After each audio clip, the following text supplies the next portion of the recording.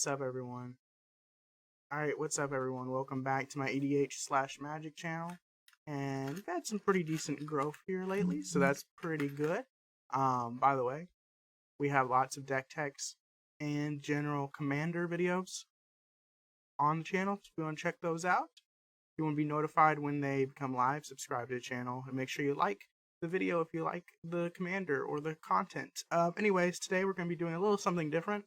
I usually do PowerPoints, but today we are doing a look through of the Raining Cats and Dogs Secret Lair deck, and then I'm going to talk about each card, and then I'm going to talk about what cards maybe should be taken out, what cards should be maybe taken in, and the general deck strategy. But before we talk about the deck list itself, I'm going to talk about the commander and the general strategy of the commander. So Rin and Seri Inseparable is Naya and 1 mana, so 4 mana total. For 4/4, whenever you cast a dog, create a 1/1 cat, and whenever you cast a cat, create a 1/1 dog. And then you can pay Naya and tap it to deal damage to any target equal to the number of dogs you control, and gain life equal to the number of cats you control. So the general strategy is the first 2 lines. Whenever you cast a dog, you make a cat. Whenever you cast a cat, you make a dog. So your deck is going to be full of creatures that are either dogs or cats that do something, or make tokens so that you can make more tokens from Rin and Seri, and then win with those tokens through various means like Beastmaster Ascension, Moonshaker Cavalry, Craterhoof Behemoth. One of the best ones is Jetmir in this deck. So this is a go wide token tribal deck. And then you have an activated ability on this card. So if you can't attack, but you have 20 cats or 20 dogs from your creatures coming in, you can just target an opponent and kill them, or target a creature that's stopping you from attacking, like a Windborn Muse or something. So it's pretty flexible commander. So the strategy A is make tokens and attack. Strategy B is, hey, let's use this mana to kill our opponents if we have enough creatures on board. So anyways, that's the general strategy of the deck. We're going to go card by card and talk about how it fits in the strategy and talk about whether it's good or not. So this is the deck list. They have Raining Cats and Dogs Secret Lair deck tech, or Secret Lair deck here. This is the exact cards that you get. Different printings and different arts, I think, but these are generally going to be, this is the deck list. And I'm going to talk about it. But by the way, I know the land base could probably need some improvement. We're going to talk about that last and talk about the creatures, the sorceries, and the instants first. And we're going to go and start with Alms Collector. So this is one of the best cats because it says if an opponent would draw 2 or more cards, instead you and that player each draw a card. So it's going to stop your opponent from drawing multiple cards from things like Treasure Cruise or Brainstorm or any of these like big X spells. And what's really cool about it is that whenever they draw those 3 or 4 cards, now they're only drawing 1 card, and you can get your opponent into some really bad situations with this. Say they brainstorm, you flash this in response to their brainstorm. Now they're going to have to put 2 cards back, and they only drew 1 card. And then you also get to draw a card. So this is going to punish players who draw multiple cards and is going to really get you advantage throughout the game. And of course, the first time you're going to do it, it's going to be a surprise. This is a great card. Should be in this deck. It's not as generically good as something like Notion Thief or Hole Breacher, but you know, you're playing white, so you don't get as many good things, and it's a cat, so it fits in your tribal. Next is Bloodline Pretender. So it's a changeling, so it will be a dog and a cat, so it triggers both sides of Rin and Seri. You choose a creature type. Whenever another creature that chosen type enters under your control, put a 1/1 counter on this. So this is gonna be a big threat as you play more cats, and as more dogs or cats enter the battlefield, this is going to become a decent sized threat. It's an okay card. I'm not really sold on it in this deck, but I generally think it's a decent threat. Next, Brimaz. So I like Brimaz because it's a cat, so it'll make a dog when it comes in if you have Rin and Seri out. It has vigilance, so it's good on attack and defense. And then when it attacks or blocks, you put a cat soldier with vigilance into play. So this really benefits your token strategy. So Brimaz, whenever it attacks, blocks, you make more tokens, and you know you have payoffs for those in the deck that we're gonna see. But Brimaz pretty good. It's also only 3 mana too. Feline Sovereign is going to give all their cats +1/+1 and protection from dogs. The +1/+1 for all your cats is going to be huge. So instead of having just 1/1 cats, you're going to have 2/2 cats. Pretty decent buff. And it also says whenever one or more cats you control deal combat damage to a player, destroy up to 1 target artifact or enchantment that player controls. So you have incidental artifact and enchantment destruction on Feline Sovereign. So now you play Feline Sovereign and you get in with your commander, you get in with one of your cat tokens. Now you can actually start destroying artifacts and enchantments. So it's a decent answer for artifacts and enchantments, and a decent lord. It's overall a decent card. I like it. Fleetfoot Panther. So when it enters the battlefield, you return a green or white creature token to its owner's hand, or not token, return a green or white creature you control to its owner's hand. You can return a token. But the idea of this card is your commander says whenever you cast a dog or cat, you make those tokens. So the idea of Fleetfoot Panther is it comes in, you make a token, and then you return itself or return another cat or dog to its hand so that you can play it again and make more tokens. So it's just a way to make more tokens. Also a way to save your creatures. So if you have an important creature like an Alms Collector or a Brimaz or some of the ones we're going to talk about later, you can return it to your hand to save it from removal, from a wrath, things like that. It's a pretty good card. Although I think there's one that's better and it does the similar thing in this deck list, but I think it's pretty good. And there's also a infinite combo with this in Rin and Seri. But it involves a card that's like really expensive, so I don't want to talk about it in this video, but it's not in this deck list because it's on the reserve list, but Fleetfoot Panther works really well for Rin and Seri and Inseparable, and there's infinite combos with it as well. Raider Tanuki. So it's a 6 mana 6/5 trample. It doesn't really do much. However, its channel effect, you can pay 3 mana, discard it, search your library for a basic land card, put it in the battlefield, tap. So it's modal. It's something like a modal spell. You can pay 3 mana to ramp, or you can pay 6 mana to get a 6/5 and make a cat token. It's fine. I'm not the biggest fan of it, but you know, incidental ramp is going to be decent in this deck. I like it, especially since your commander is 4 mana. You can do this on turn 3 to make sure you can play your commander and then play a creature afterwards to trigger it. High Cliff Felidar is 7 mana, so it's pretty expensive. Vigilance. When it enters the battlefield, for each opponent, choose a creature that with the greatest power among creatures that player controls, destroy those creatures. So when it comes in, for each of your opponents, you're going to choose their biggest creature and destroy it. That's pretty good removal. It's a 3 for 1. And then this really combos well with things like Fleetfoot Panther, because you play High Cliff Felidar, you destroy creatures. Now you can play the Fleetfoot Panther, return the Felidar to your hand to trigger it again, trigger Rin and Seri, and also get the ETB again. So that's pretty decent. I like High Cliff Felidar. It gives you some pretty good removal in the deck. Hungry Lynx is a 2 mana cat, so this is a way to cheaply trigger your Rin and Seri after you cast it. Cats you control protection from rats, which is not that relevant, but sometimes is relevant. But at the beginning of your end step, target opponent creates a 1/1 black rat creature token with Death Touch. Now this is important. The black rats you're giving your opponent have Death Touch, so this is a good political card. Next is Rizal Goldmane. It's a 4 mana 4/4 first strike. And I really like this one because of its activated ability. For 5 mana, attacking creatures you control get +1 or +X/+X, where X is the number of attacking creatures. So if you have lots of attacking creatures, you activate this, you're going to have a huge board attacking your opponent. This is a really good payoff for having lots of tokens. But not only is it a good payoff for having lots of tokens, but you can just activate this multiple times and just kill multiple opponents. It's pretty good. It's also a cat, so it works well with your tribe. Jetmir, one of the best cards in the deck. One of the best cards in any sort of creature token deck, but especially if you have a cat sub-theme. This is going to give creatures you control +1/+0 and have vigilance. If you have 3 more creatures, it's pretty easy to get.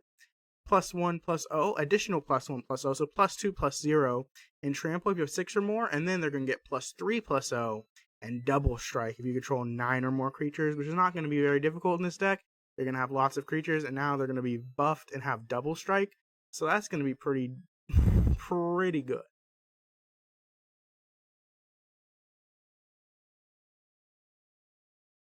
Next is Jenny Faye Jetmir's second. So this is not a cat or a dog, but it's one of the best cards in the deck. If you create 1 or more tokens, you instead make that many 2/2 green cats with haste or that many 3/1 dogs with vigilance.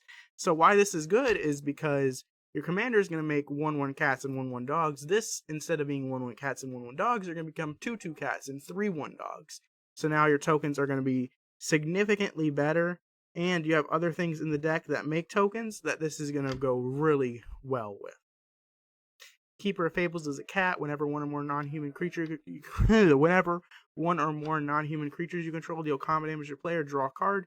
You're gonna be dealing combat damage to players with your creatures, and you're gonna be able to draw cards. This also fits in your tribe. Pretty decent card. King of the Pride. Other cats get +2/+1.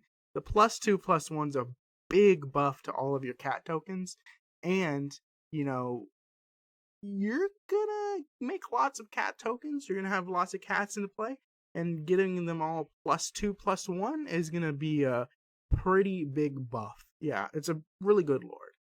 It is 3 mana, but in Commander, that's not that big of a deal. Kit Kanto Mayhem Diva. This is a cat, so it counts. You make a dog. When it enters, you make a 1/1 green-white citizen creature token. But if you have Ginny Faye out, you can make that into a cat or dog. And of course, any tokens of any type are going to work well with this deck, because you're going to be a go-wide token deck. At the beginning of a combat on each player's turn, you may tap 2 untapped creatures you control. When you do, target creature that player controls get +2/+2 and gains trample. So this is a political card where you're giving your opponent's creatures trample, and you're allowing them to attack, but not you. So this is a really good political card. It's interesting. It makes a token. It works well with the tribe. I'm not really sold on it, but I think it definitely fits in the deck. I have Komenu Battle Armor, and this is an equipment dog. And this is going to make a equipped creature get +2/+2 in menace. So I'm not really sold on this card. It's a little expensive for its effect, and the reconfigure is pretty expensive. But you can go to each creature a player controls whenever you deal combat damage to a player, so they don't attack you. It's pretty decent. I don't know how I feel about it. Not sold on it. It's kind of a weaker card in the deck. Lion Sash, though, seems like a weaker card, but also gives you the hate that you need against graveyard decks, because you don't really have that many hate against graveyard decks in this deck. This gives you one good piece of graveyard interaction. So you can pay white and exile target card from a graveyard as a permanent. You put a 1 counter on Lion Sash, and then you can move it around to give a creature +1/+1 for each counter on it. So you can make a creature huge, or you can just have this creature be huge and just use this as incidental graveyard hate. Whatever, it's a decent card. I definitely like it in this list because it makes you a dog when it comes in. This makes you a cat when it comes in, so it works with your tribe, but they do something else. Komenu Battle Armor is more of a political card for goading, and then Lion Sash is a really good graveyard hate. Loyal Warhound. So I really like these sort of cards. When it enters, if an opponent controls more lands than you, you search for a basic plains and put it on the battlefield tap. So this is going to ramp you if someone has more lands than you. I really like effects like this. It's also only 2 mana. You can play this on turn 2, or you can play this after you have Jetmir out to make a token. Pretty good card. I like it a lot. Marisi, Breaker of the Coil, 1 and a Naya. Your opponents can't cast spells during combat.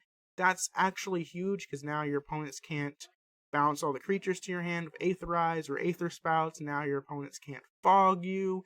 It's going to really protect your creatures from getting blown out by effects like that. And then whenever a creature you control deals combat damage to a player, goad each creature that player controls. So it's going to be forcing people to attack, so that now you can attack them, and also forcing people to attack each other, so their life totals get lower, and so you can get in some damage and possibly kill someone. Pretty good card. Mass Vandal's a changeling, so it'll give you a cat and a dog when it comes in, but this is really good graveyard hate, or not graveyard hate, this is really good artifact and enchantment hate, because when it enters the battlefield, you may exile a creature card from your graveyard, so if any creatures die, or you happen to mill any over, or something happens, you discard something, you can exile it, and this says you exile target artifact or enchantment opponent controls. The exile is important because this gets the ring, it gets any sort of indestructible artifacts, and it's pretty good, just generally artifact hate, and it's really good in the tribe because it makes you a dog and a cat, and it counts as both. That's why I like it. Mirror Entity counts as both. Another one that counts as both. These are good because they'll make you a cat and a dog when they come in.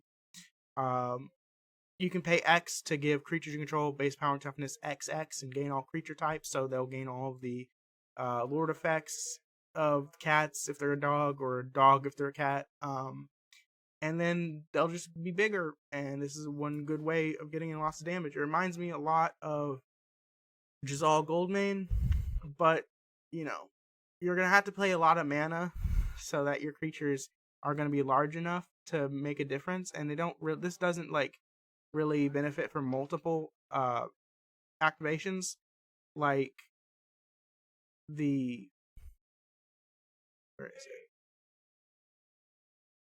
Like Jazal Goldmane, but it's still a decent card for getting that extra damage late game. Whereas Immunity, I like this card. It's a pretty good card if you have lots of tokens to just win the game with. Nakata War Pride. When it attacks, you put tokens into play that are copies of it, where an X is the number of creatures defending player controls. It's interesting. You attack with this, and if they have like 5 creatures, but if they're goaded and tapped, then you make 5 tokens that are getting in damage. I like this card a lot. It can be a real big blowout. Rescos Explorer. When enter, search your library for up to X planes cards, where X is the number of players who control more lands, and you reveal those cards, put in your hand, and then shuffle your library. This is only 2 mana, so I like that because it can trigger Jetmir. You can flicker this, you can bounce it to your hand and play it again. Or you bounce it, no, you can't flicker it. I mean, you could, but it doesn't really do much for you in this deck, but you can bounce this to your hand and play it again to trigger Jetmir again. And this is searches for planes cards, which means you can search for basic planes, you can search for Sacred Foundries, Temple Gardens, Jetmir's Garden as well. And then this will allow you to get the lands in your hand that you need so that you can keep up with your opponents and so you don't miss your land drops. I like cards like this. It's definitely going to stay in the deck. Pack Leader, other dogs get +1/+1. It's a little bit of a dog lord, and whenever Pack Leader attacks, prevents all combat damage that will be dealt to dogs. Pretty good if you have lots of dog tokens out. So I like this card as a dog lord. So it's going to work pretty well with this deck. Fabine, Boss's Confidant. I really like this one. 3 and Anaya.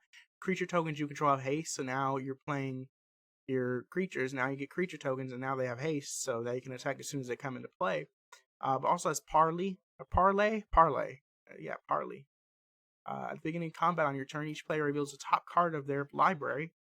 For each land card revealed this way, you make a token that's going to have haste, and they get +1/+1 for each non-land card revealed this way. And then you draw a card, so you can make up to 2 or 3 creature tokens each turn with this, and then grow them. That's pretty darn good. It is 6 mana, so it is a lot, but this comes in, has an effect where it gives all your creature tokens haste. It's going to make you creature tokens if you have Jetmir out, and then it's also going to make you creature tokens on your combat that will be able to attack. So I like this card a lot. Kasali Slingers. Whenever it or another cat enters, you may destroy target artifact or enchantment. So whenever you play a cat, obviously it's going to destroy your artifact or enchantment. But also when you play a dog and a cat enters with Rin and Seri, you're going to destroy something as well. Pretty good artifact and enchantment hate. There's a lot of that in this deck, which I really like. Realmwalker, really good card advantage engine.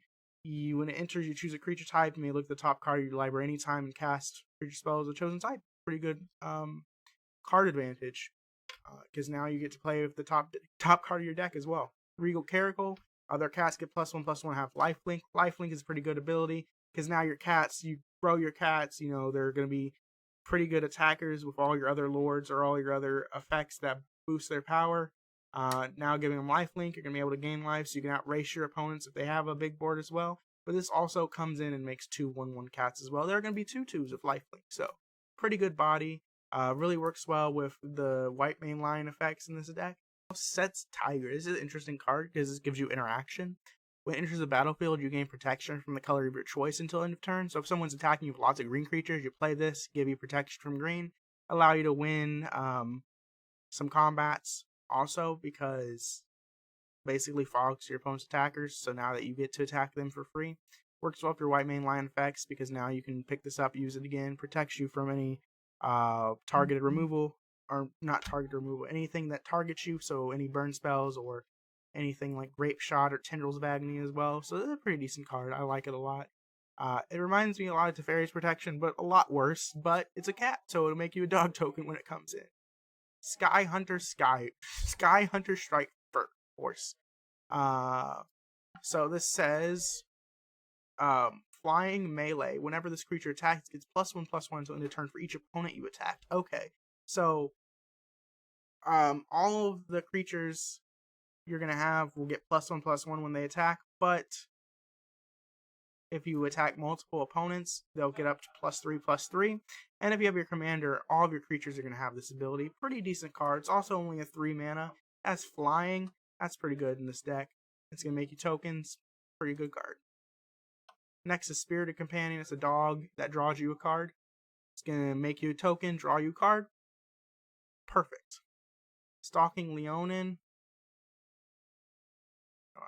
Stalking Leonin is 3 mana. So it's also pretty cheap to cast and get tokens. When it enters the battlefield, secretly choose an opponent, and you can reveal the player you chose to exile target creature that's attacking you. You can only do this once, but if you reset this with something like a White Mane Lion or the Fleetfoot Panther, you can do it multiple times. But it's a good little interesting combat trick. I'm not a big fan of it, but it's pretty decent. Teamer Sabretooth. So this is a really good one. You can return creatures to your hand by paying 2 mana, which will allow you to recast them, re-trigger your Rin and Seri, or allow you to protect them against removal, or protect certain ones that you want to keep from a wrath. I like that. This also gives it indestructible, so your opponent wraths, you pay 2 mana, bounce one of your best creatures to your hand, and give this indestructible so it survives the wrath. Pretty good against wraths. Pretty good at allowing you to recast creatures of ETBs like Set's Tiger or Regal Caracal. I like this card a lot. Definitely good. Allows you to re-trigger Rin and Seri as well. Next is White Mane Lion. 2 mana flash. Return a creature you control to its owner's hand. Allow you to save creatures. Allow you to reset ETBs. And allow you to just re-trigger Rin and Seris. I like that a lot. So obviously we went over the creatures. There's some that I'm not a fan of, but a lot of these I actually really like. Cultivate is good ramp. I like it a lot. Farseek, really good ramp. Nature's Lore, really good ramp. 3 visits, amazing ramp. I like a lot of people don't like Cultivate, but I like Cultivate because it makes sure you get that second land so you're not behind on land drops.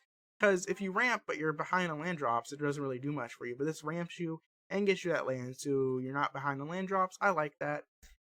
Dusk Dawn, destroy all creatures with power of 3 or greater. If you don't have the Lord effects like Jetmir or King of the Pride, this is going to work really well at removing your opponent's creatures. But if you have Lord effects out, this is going to destroy your creatures as well. So I'm not really sold on this card. It's interesting though. I could see possibly how this would work in this deck well, but also there's other times where you would not want to cast this. And then the weirdest inclusion, Warp World. It's 8 mana sorcery, which I don't like already. Each player shuffles all permanents he or she owns into their library. So you're losing all the things you have. It reveals that many cards from the top of your library. Each player puts all artifact creatures and land cards revealed this way into play. Puts all enchantment cards revealed this way into play. Then puts the rest on the bottom. So I'm not a fan of this one. You don't know what you're going to get. And it's just, I mean, you're going to make lots of tokens. This is good because you're going to make lots of tokens and you Warp World to get actual permanents into play. But if you have a lot of token payoffs, those tokens are going to be as good as actual permanents themselves. So I'm not really sold on this card.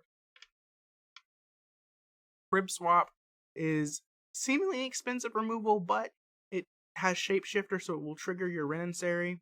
Pretty good card. I like it a lot. Path to Exile, amazing. Return of the Wild Speaker. It can allow you to draw lots of cards, but it's on here for its non-human creatures you control get +3/+3 until end of turn. That's a pretty good effect. It's a pretty good effect at just ending the game if you need to. White Sun Zenith, make a lot of tokens. It's instant speed as well. It does cost triple white, so it's a little bit not so good in that situation, but I do like this card a lot. You can play this at the end of your opponent's turn, make a huge board, and then just kill them with it. It's pretty good. Arcane Signet's good ramp. Herald's Horn's going to reduce the cost of your spells and also give you mana advantage. Catcher's Monument's going to do the same thing, but also give you tokens. Soul Ring, of course. Vanquisher's Banner. Going to be a Lord effect that lets you draw cards when you cast creatures of the chosen type. Basilisk Collar this is going to be, you're going to put this on your commander so you can give that Death Touch and Lifelink, so that now this ability will just kill anything and gain you life. Pretty good effect, I think. Cursed Mirror, I'm not really sold on. It's pretty expensive mana rock. The idea is it becomes a copy of any creature, except it has haste, so you can have it be a copy of any of your creatures. I'm not really sold on this. I think it's a little bit too expensive. Skull Clamp, you put this on your tokens, draw cards. Perfect inclusion in this deck, of course. And then the last card, Maskwood Nexus. So there's a lot of cards in this deck that care about cats or dogs or make you choose a creature type. This one gives creatures you control every creature type. So, for example, now Realm Walker, let's say you Realm Walker name and cast and there's a dog on top. Uh-oh, you can't cast it. With Maskwood Nexus, now you can cast it. And then it'll allow you to create a 2/2 every turn. And that's a decent effect if you don't have many cards in hand, or if you just need more bodies on the board. So Maskwood Nexus can be very good. Like, I'll give you an example. Let's say you have King of the Pride and you have lots of dogs on the battlefield instead of cats. Well, now you have Maskwood Nexus. Now all of the creatures are going to get +2/+1. Same with Pack Leader and that effect. So now this really streamlines your deck as to where you don't have that competition between creature types. Now all your creatures are going to have the same effect, which is why I like this card in this deck. It's pretty good. Next, enchantments. Annoy Procession. If an effect would create one or more tokens, it creates twice that many. Great card for Rin and Seri, because now instead of making only one cat token or one dog token, you're going to make 2 of them instead. That's pretty good. I like that a lot. Beastmaster Ascension. Whenever creature control attacks, you put a quest counter. As long as it has 7 more quest counters, creature you control get +5/+5. I like it a lot. If you're playing a token deck, you're going to attack for little bits of damage, put counters on this, and then at a certain point in the game, you're going to have a huge attacking board. I like that. Cast Out, I don't like this card. It's so expensive, and it's permanent based removal, which means your opponents can remove it. And it does affect anything, but it's just really slow, and it's really vulnerable, so I would take this out of the deck. Felidar Retreat. This makes you tokens when you play lands, but also has a second ability to put a 1/1 counter each creature you control, so now your tokens are going to just become huger. I like this a lot. Impact Trimmers. You're going to make a lot of tokens, and they'll come in and they'll do damage to your opponent. I'm not the biggest fan of it, but it's still a decent card in this deck, I think. Lurking Predators. Whenever an opponent casts a spell, reveal a top card. If it's a creature card, put it on a battlefield. I feel like this doesn't fit in this deck. I feel like if you were playing a lot of bigger creatures, this would fit, but since you're playing a lot of smaller creatures, this isn't that great. I still think it's decent, but I definitely think there's better things I'd put in here. Showdown the Skulls, I think this is decent card draw, but something that I would take out. And Takashi is welcome. Whenever one or more creatures mana value 3 or less, mana value, by the way, not power. So even if you have Lords out, you make the tokens, this will come in and trigger.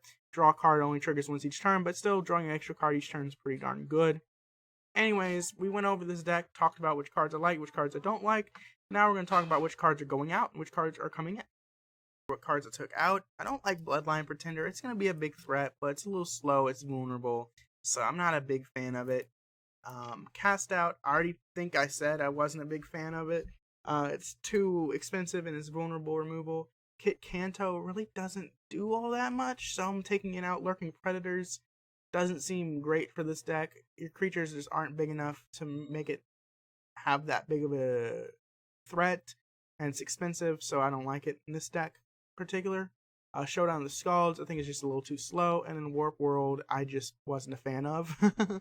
You could play it if you want, but I wasn't a fan of in this deck. And instead, we're putting in 6 cards that are upgrades.